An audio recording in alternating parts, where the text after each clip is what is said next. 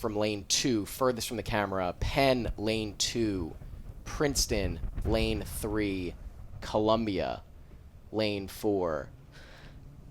I gotta say, Tommy, I think I was tripped up because usually Columbia has a lot of baby blues in their kit and in their equipment. Not today. Different kit from these guys.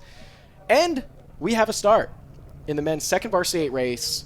Once again, from furthest out to closest in, Penn Quakers, lane 2. Princeton Tigers, lane 3. Columbia Lions in lane 4. We'll see. We'll see if Penn is going to commit to the strategy that the 1V had where they threw it all out there first 1,000, looking to try to rattle the other crews. It was Princeton that was able to reel them back in the 1V. And we look across here, and Penn definitely went out quick, but Princeton not letting them go anywhere. First 20, 25 strokes of this race, Princeton actually edging out the rest of the field here by about a seat or two over Penn. Penn has jumped to about bow to stern margin over Columbia in this first 3-400. Now, Keenan, we caught up with the Princeton coaches about this second varsity earlier this week. The lineup is the same as last weekend against Navy, a mix of seniors and some underclassmen. And the coaching staff said that this crew has a lot of power and has had really strong starts in practice, which we've just seen, and are working on building their base speed efficiency. So last week they spun their wheels a bit in a tailwind at Navy, so they're aiming to get better traction in the middle of the race course, especially in the third 500. So we'll see how that turns out. We will see. I will say so far so good from this new Princeton 2V lineup. They had a great start. They found some good traction into this second 500. They'll continue to chip away here and add margin over these other two crews. They sit up about bow to stern over Penn. Penn is up now just about open water over Columbia. Pretty decent margin for these Princeton Tigers early stages here.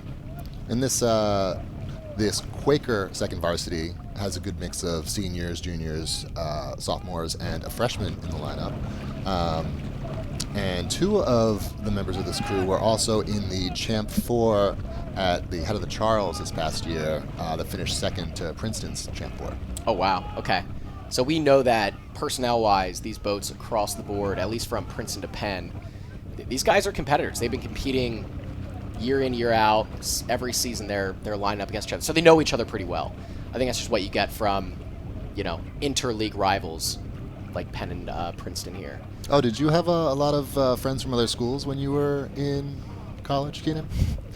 Yeah, I felt like I knew some guys in the boats next to us, especially the Penn guys. Oh, okay. Philly boys. That's right. We're all Philly boys. All right, we are 1,000 meters down now. Princeton was able to get there first. They're up open water now over the field. Penn is up bow to stern over Columbia. Penn was able to shoot out over Columbia here in this battle for second, but Columbia has been inching back into Penn's early lead. Princeton comfortably up entering this third 500. Tommy, you had mentioned that third 500, this is what they want to focus on. It looks like they have good traction. It looks like they found some decent boat speed here in the middle portions of this race. That's right. So who knows how much of a, how they can read this third 500 to see, how they're doing, because being so far up, you just need to execute your race plan, but it's hard when there's not a boat right next to you to see exactly how it's coming out. That's right. It brings up a good question here, which I have for Jake. So Jake, as a coxswain, when you get up significantly, when you get up open water margin, what is your focus as a coxswain? I think you really just want to focus on executing your race plan and sort of having a race where it feels like at each point of the race you're in control of what happens. When you put on speed and when you put on rate, that's not just a reaction to something that's going around you. That's actually because you have a crew have focused on, having that killer instinct to take it up another gear. And I know Princeton captain Marco Masasi was talking about that in the lead up to this race, that the Tigers really need to hone their killer instinct. And I think that's a message that some of the other seniors like Keelan Good and Wesley Hirschman, who are coxswain and stroke of this boat, have really taken to heart with this second varsity and the piece we're seeing. Really impressive performance by the Tigers, but also a really great race here now for second place as well. Yeah, it looks like the Tigers have been able to internalize their strategy, and they've added speed, and they continue to lengthen out. Wow, in the last like 300-400 meters, Columbia has totally turned that margin from this Penn 2V. They were down a couple seats just 200-300 meters ago, and all of a sudden they're up nearly 3/4 of a length here over Penn. This Columbia 2V looking really strong here in the closing portions of this race. Coxon now sitting on bow ball. Columbia Coxon sitting on Penn bow ball and continuing to walk. We pan ahead, and barring catastrophe, it will be the Princeton Tiger 2V. Final 200 meters, final 20 strokes or so. They're going to look to execute their sprint here, make sure it's working. Probably don't have to hit their highest numbers or their highest gears to be able to come away with the victory here. Final couple strokes for the Tigers. Looking long, looking aggressive. Them against the clock here. Unofficially, a time of 5:43 for the Tigers.